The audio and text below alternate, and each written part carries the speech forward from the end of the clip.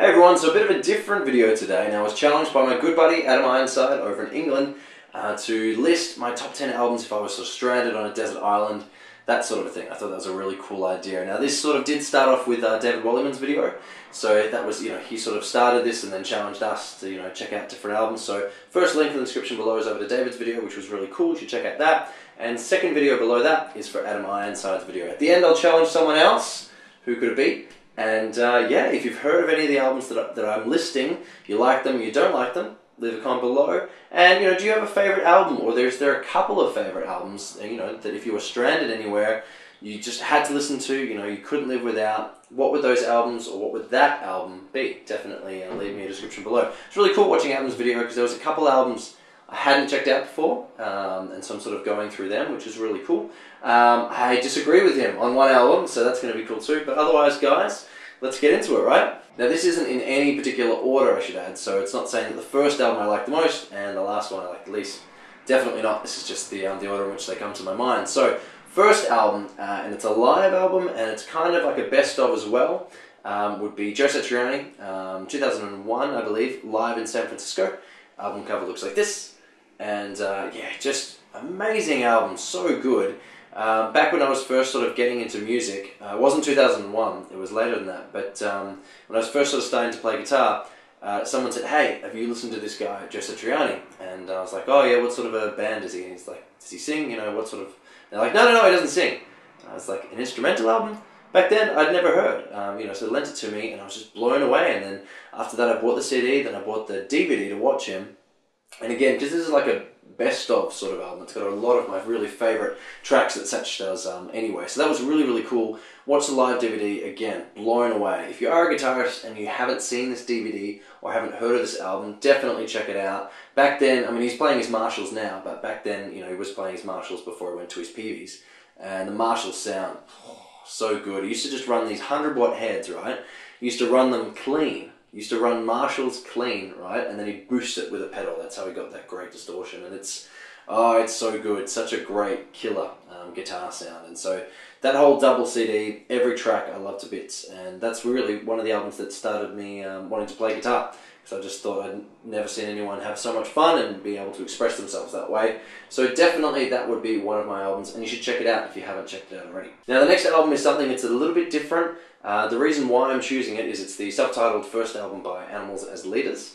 Now if you haven't heard of these guys, they're really, really funky, really interesting to listen to band. They've got 2 8-string guitarists and 1 drummer. That's it. So there's no vocalist, there's no bass player, there's just 2 8-string guitarists. So because the notes are so low with that 8th string, and because they get so heavy, what that means is both players, the guitarist on one side, guitarist on the other side of the stage, they can swap back and forth between who's playing bass and who's playing leads or melodies, that sort of stuff. And it's so interesting to listen to. Some of the songs have these really, really heavy sort of progressive metal riffs. Others sort of go into sort of jazz voicings and classical sort of sounding pieces. Others go into like jazz fusion. All in all, just the album is very, very different and interesting to listen to, and that's what I like about it. Because every time I listen to it, I sort of maybe pick up on something I didn't hear the time before, and it's really interesting. For me, if you listen to a lot of rock and a lot of metal, sometimes, definitely not in all the cases, but sometimes you can sort of hear where a progression is going, or hear maybe where a solo is going. These guys, again, just very different, and yeah, just amazing. Definitely one of my favourite guitarists, and yeah, so that would be another one of my albums. Now this is the album where me and Adam are going to have different opinions on this. My favourite Dream Theater album is actually Metropolis Scenes from Memory Part 2. Now, that particular album, again, that sort of was given to me around the same time the Satriani album was given to me. And again, really got me into guitar playing. It's so interesting. That album as a whole, every track is just, to me, like just a masterpiece. From the overture at the beginning and home, and it's very, very good. And if it is in a way sort of like an opera piece in some of the songs, and it's just extremely entertaining, and it takes you on a journey. And it's a Dream Theater album, so some of the songs can be quite long, and there's lots of solos if you're not used to Dream Theater. But I definitely think out of all the Dream Theater albums, for me anyway, this would be a great starting point if you haven't listened to Dream Theater before. just love, it's very, very inspiring. Yeah, love the album. And yeah, so that's, Adam and I have a different opinion on that. I liked Octavarium, Dream Theater's other album, Octavarium. I thought that was really good, but honestly, I thought that the final track, Octavarium, that was the track, it's about half an hour long. I thought that that track was the best track on the album, and I thought that it was far better, just in my personal opinion, than any other tracks on the album. So that's why, I'm sort of more of a Metropolis fan. But you guys could have different opinions, definitely let me know. So definitely, if you haven't listened to Dream Theater before, you should check them out. It's I think this album is particularly accessible and just different enough to make things interesting, so you should check it out. Next album, something a little bit out of left field. It's by a 7-string guitarist, but hold on, before we start thinking, gent and sort of hardcore, like heavy riffage and screaming and stuff. It's not like that at all. It's actually more sort of jazz and fusion inspired. It's by Charlie Hunter, and it's called Steady Grooving, and it's kind of like a best of his as well.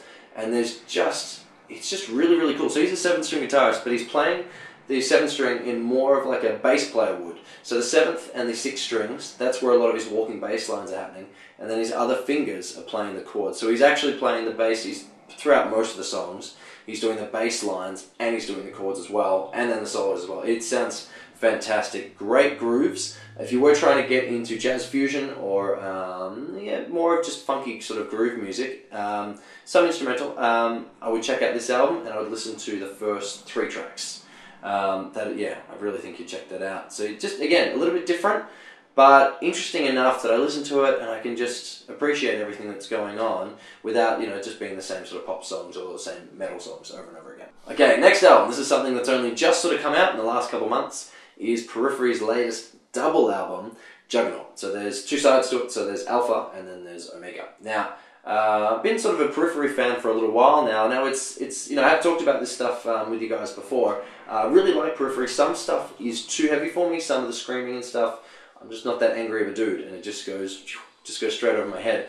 But there's so many things to like on this double album. There's so many songs where it maybe starts off really heavy, and you're like, whoa, this is hardcore. But then it goes into these soaring sort of pop choruses, and then acoustic guitar, maybe some jazzy sort of fusion-y sort of stuff, maybe some anime sounding stuff. Every track is very, very different, and I really like that about both albums, so Alpha and Omega. So it's one album, but it does have 2, sort of different discs there. It's really, really good. Even if you're not a huge heavy metal fan, even if you're not a huge Periphery fan, I'd still give both CDs one listen through, just because you'd be surprised. Like, I never thought that I'd be a really big fan, but after this album, both CDs definitely blew me away. Can't wait to see them live. It's that good. So, and everything's recorded so cleanly, even though there's 7 and 8 string guitars on there. The tones are absolutely stellar. So definitely check out that if you haven't already, and you are a modern sort of guitarist. Definitely check it out. Next album, a little bit different, is Newton Faulkner's Rebuilt by Humans. This is his 2nd album. This is more of an acoustic, folky singer-songwriter sort of stuff. I've seen him live play Queen's Bohemian Rhapsody solos, all the singing, and he's absolutely amazing. Just him and the acoustic, he's so good. Heaps of finger tapping, heaps of percussion sort of stuff, and his vocals, they just blow me away on this album. Every song, I like for sort of different reason. It's very sort of catchy, very easy to listen to stuff. And definitely if you're a fan of singer-songwriter stuff, check out Newton Faulkner, but in general, his 2nd album. Next one, again, this might be a little bit left field, but I reckon John Scofield's album, A Go-Go, amazing. Really creative guitar playing. It's sort of more sort of fusion-y, sort of jazzy sort of style of sort of guitar playing. This is just a great album. A Go-Go and Crank and Green Tea, favourite tracks off the album. It's really good. It's really interesting. His sense of rhythm and timing and phrasing is very, very different to a lot of other guitarists out there, and a lot of it's really funky, groove-based stuff as well. So definitely one of my favourite albums. And again, it just, sometimes I listen to too much acoustic or too much rock and metal. I sort of, can start to hear everything and start getting a little bit sick of everything. Come back and listen to this, and then it's like fresh ears again. So definitely you should check out this if you are a fan of sort of instrumental-ish sort of style of fusion guitar playing. So next is my only soundtrack on the entire list. So it's from the movie Inception. Now it's from Hans Zimmer, And if you haven't seen the movie, definitely go out and see the movie. Great sci-fi movie. But the soundtrack is absolutely fantastic. I could listen to the soundtrack just by itself for hours and hours. It's so good. Great use of just sort of simple, sort of emotive melodies, then mixing in with big brass sections and mixing in with more, sort of metallic, modern, robotic kind of sounds.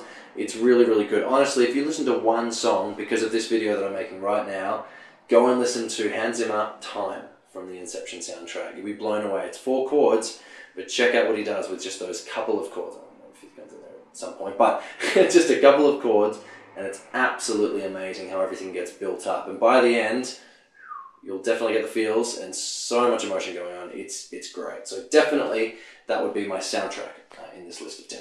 Another album that you might not sort of think that I'd sort of listen to, but I'm going to say it wrong. Rodriguez by Gabriela, or Gabrielle? Gabriela. Okay, album called 1111. Looks like this. Every track off the album, this is very rare. I love every track. Normally on most albums I'd say, maybe listen to the first couple, maybe skip one, listen to the next couple, maybe skip another. Or, there's at least 1 or 2 songs that I'm not sort of a big fan of. But on this album, I just press play, start to finish, it's absolutely fantastic. So it's an acoustic duo, sort of Spanish-y, Latin style playing, and it's just these 2 acoustics. They do sort of bring in some other cool effects, like they play the acoustic with the wah pedal and stuff like that, but it's so good. Like, it's music that makes you want to dance, music that makes you want to sort of, start clapping and nodding your head, and it's great. Very, very cool. So if you like sort of it's Latin Spanish sort of acoustic style guitars, they're so good, and just the technical prowess is just amazing. Definitely check out this album if that sounds like something you might like. And finally, last album, and I only sort of got introduced to this artist, I think about 2 years ago. This album is a self-titled album by Boniver. Now, Boniver. I always forget how it's pronounced. I think it's Boniver. So artist is called Boniver, and the album is called Boniver as well. You might call it Boniver, I don't know. I've heard a few different pronunciations. This is how it's spelled. This is what the album looks like. It's terrific. Again, it's one of those albums that I can listen to start to finish all the way through. I'm trying to work out how to describe it. It's probably one of the most beautiful albums I've had the pleasure of listening to. Now, what I mean is just the attention to detail on all the little things going on. Like in one song, I guess I should sort of describe the type of album. It's kind of like a folky sort of album, but with lots of different sort of drum rhythms going on, electric guitars, and really high, soaring vocals. Very easy to listen to, lush reverbs. And again, just so much effort has been put into each tiny little instrument that comes in. It might come in just for one part in one song on the entire album. Like there's a bicycle bell in one song. It just rings out. I can just think, what was that? And then it's gone. But it's just incredible. This is one of those albums where I can put in the car and just listen, and just not all my thoughts are gone. I can just focus on the album. It just sounds stunning. Or I can, sort of put on the stereo and lie down, and just listen to it through awesome headphones. It's absolutely incredible, the attention to detail. Everything just sounds so lush. Like, I know that the drums are programmed, and you might not sort of realize that, but a lot of the drums are programmed in, and that does give, obviously, like 100% clean signal and stuff. But a lot of bands do that anyway. But everything else just sounds really, really good. And the vocals, the way that they sort of record the vocals, it's really, really interesting. Is he might sing, the main vocalist, right? So he might sing like one line. Okay, so that's recorded. Imagine it's this line, right? He might record it again, but he might try and sing it maybe a little bit earlier, maybe slightly later, maybe slightly differently. Maybe he might accent different pitches, right?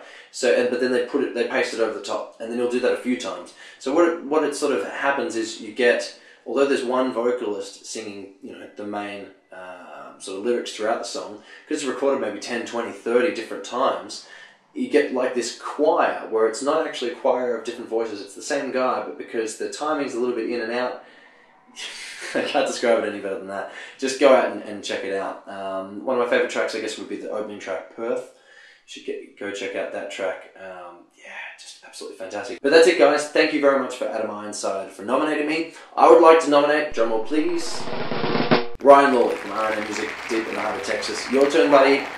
If you're on a desert island somewhere, what are your top 10 albums? And guys, did you know any of those albums? Do you like any of those albums? Do you hate any of those albums? Definitely leave a comment below. And what would be your favourite album or even favourite song that you could listen to over and over again if you aren't stuck on a desert island somewhere? But otherwise, I've been Pat from Pat Music. Thanks as always, guys, for checking out the video. Bonus album from Jess. So my favourite album that I would listen to all the time on a desert island is Once by this band called Nightwish.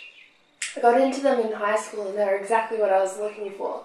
They're a metal band from Finland, but they're symphonic power metal. So orchestras, big choirs, along with all the heavy guitar and stuff. They're really cool. If you haven't heard of them, check them out. My favourite track from this album, this is why it's my favourite album, because it's my all-time favourite song. It's called Ghost Love Score. It goes for about 10 minutes and it's this epic masterpiece. It's amazing. You should definitely check it out. Yes, that's it from me. Thanks, guys.